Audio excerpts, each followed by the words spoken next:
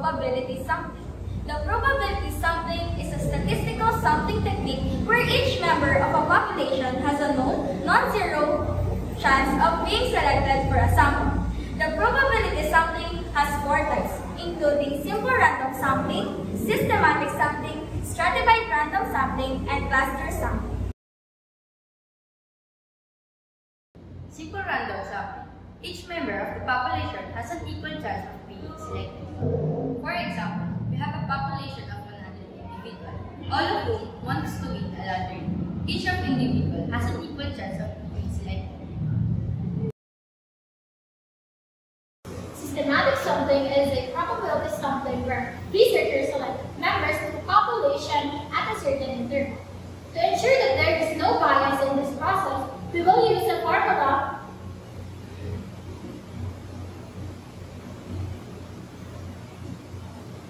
where K is our interval and capital N is our population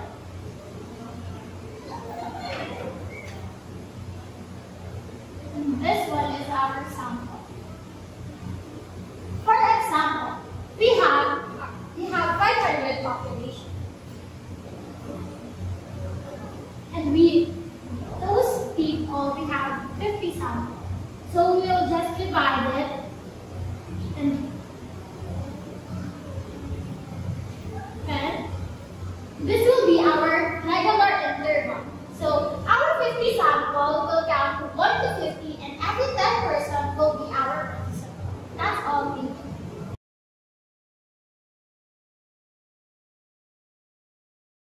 Another type of probability sampling is called stratified random sampling.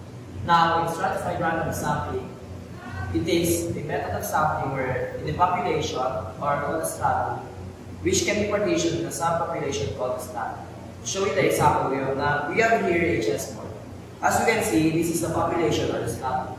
Now, next is we will partition it in a subpopulation or the stratum.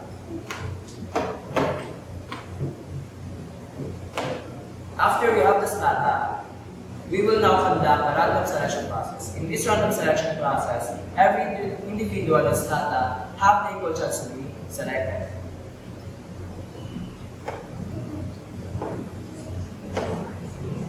After the process, we can see that we have the result or the sample. Another type of probability sampling is the cluster sampling.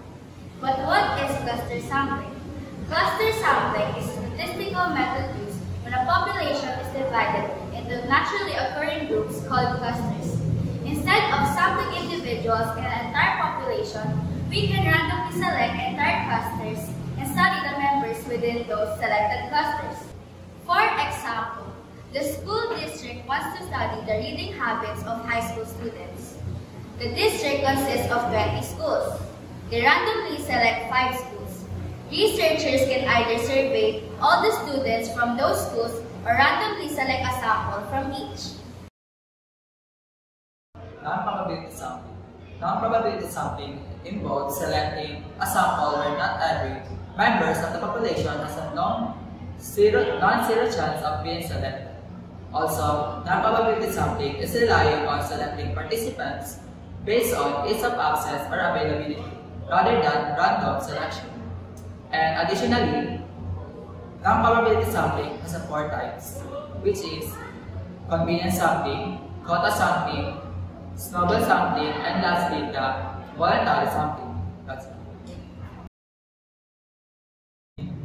First, we have convenience sampling. Convenience sampling is a non-probability sampling method where researchers select participants who are easiest to access or reach. This approach relies on collecting data from people who are conveniently available. For example, a researcher surveys shoppers from their local grocery store because it's close to their home and easy to access.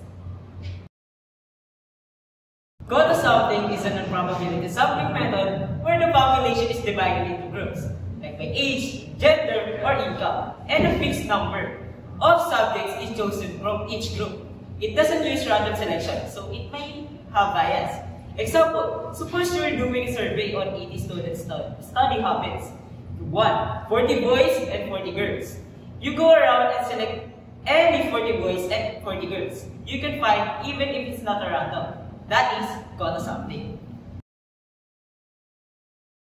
Up next, the snowball sampling. The snowball sampling is the non-probability sampling method in which the initial participant is asked to refer another participant that is fit in the study's criteria.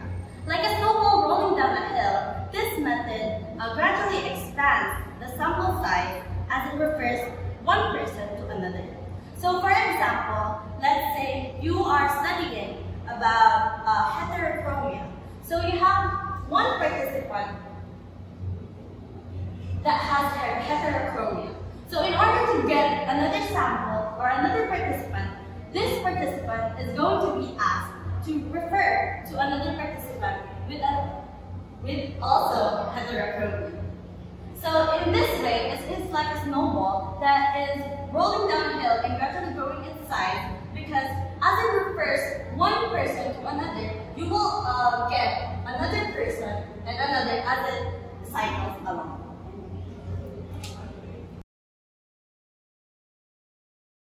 Lastly, voluntary sampling, also known as self-selection sampling. It relies on individuals who voluntarily agree to participate in research. For example, a group of research team is researching about those people who were involved in a research story. And after they're looking to interview those people who are involved in that story, those people who agreed to be interviewed is called voluntary sampling.